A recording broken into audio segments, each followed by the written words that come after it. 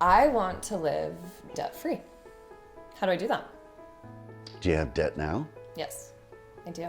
Why? I own a home. Mm-hmm. I have student loans. I like my lattes. I have champagne taste on a beer budget. It doesn't sound like you have a budget. I don't. Exactly. Can you help me make one? And we can, actually. So there's a couple ways to look at this. If you're just trying to pay off debt, what you do is you pay off the debt of the highest interest rate. So Okay. whatever that is. And don't do a little of this, no.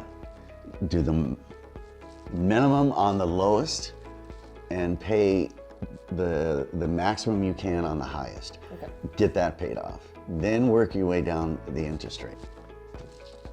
Then, I mean, the keys to this thing are, first of all, avoid debt, right?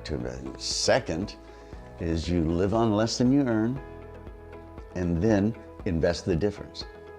And those are the 3 steps. So you just have to figure out, and everybody has to figure out, what's important to them.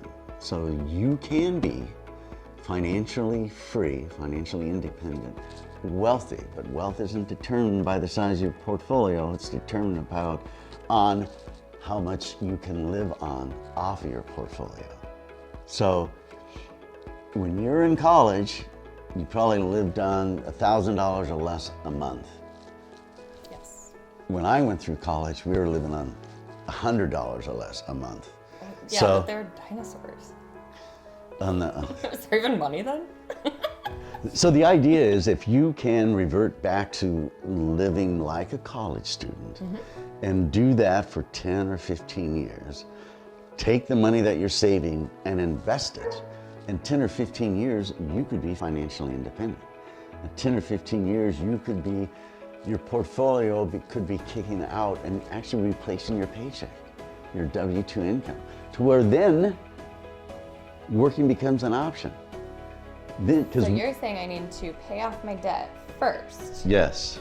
and then I can start investing. And when I start investing, the account that I should focus in is which one? There are only 3 accounts that kind of exist. One is your own investment account.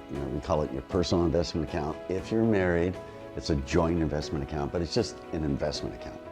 The other 2 are retirement plans. The first is a Roth, and the second is an IRA or a 401k. So I would invest in that order. The personal account, then the Roth, and the last would be the 401k or IRA. If you're working for a company that's matching your 401k, then that would move to first. And you would fund at least to get the match. Sure. So get the full match because it's free money. You've doubled your money as soon as you put it in, right? Yes. And then after that, I would focus on your personal account, and then I would do the Roth. But the personal account is like a mythical thing. I cannot touch it, right? Or I can touch it. You can touch it. The When accounts. can I touch it, and how do I touch it? I like your questions. The personal account is my favorite account. It's an investment account, and that account is my favorite because it is the least regulated by the federal government, which means you can put as much money into this account as you want. You can take out as much money as you want. You can take it out on a monthly basis as you want. And all the money in this, when it's distributed, is taxed at the lowest tax bracket. It's capital gains, which right now is 15%.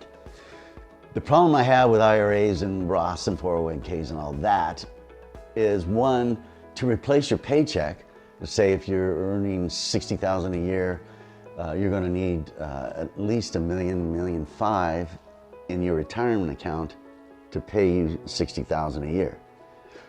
Well, because of the limitations on the contribution amounts to the Roth and the 401k and the IRA, unless you start in your 20s, 25, and even when you hit 30, it may be too late, you can't get there from here.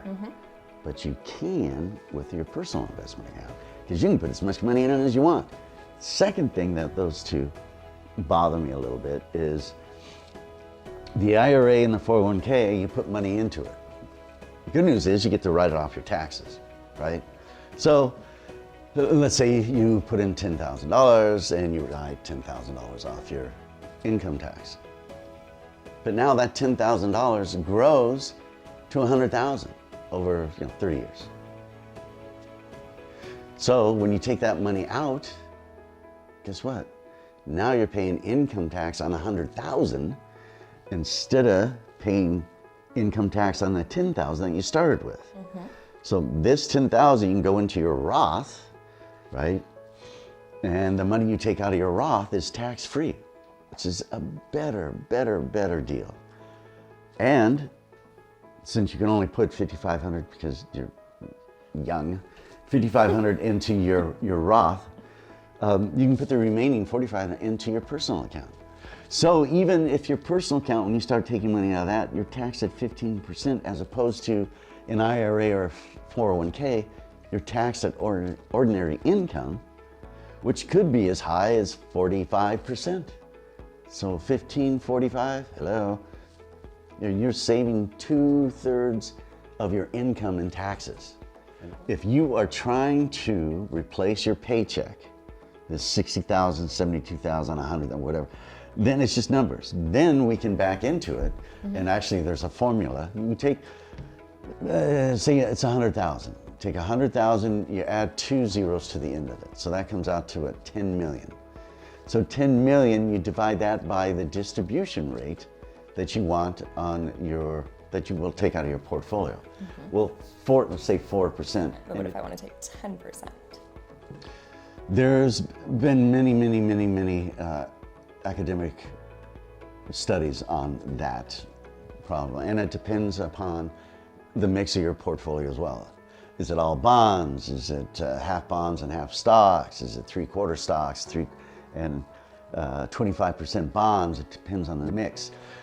The report I've read is the Trinity report, and that goes through and it takes it all the way back, like into the early 20s, and tracks that investment all the way through. Then they put studied withdrawal rates, 3% all the way up to 10%, and then calculated how long in those portfolio mixes, 100% bonds, 75% stock, 25% bonds, at these interest rates, how long would that portfolio last? So at 3% and 4%, 100% for 30 years. Lasted the entire way. And All of the money stays there. all of the money stays there, and actually it grew. Wow. Okay, yeah, it's sweet.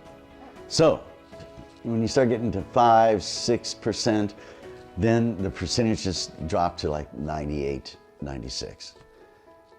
When you start getting up to your 8, 9, 10, well, it drops off considerably then it's 10 years, 15 years, maybe. So we know, so the rule of thumb is if you want to draw money out of your portfolio, make sure you have the mix correctly, which my favorite is the 75-25.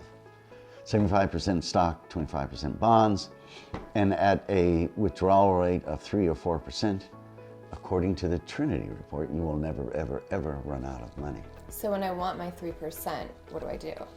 It's just a form you fill out. It can be directly deposited into your checking account. If it's a retirement plan like the Roth IRA or the 401k, then there are distribution forms that you have to fill out. But they can also deposit those directly into your account.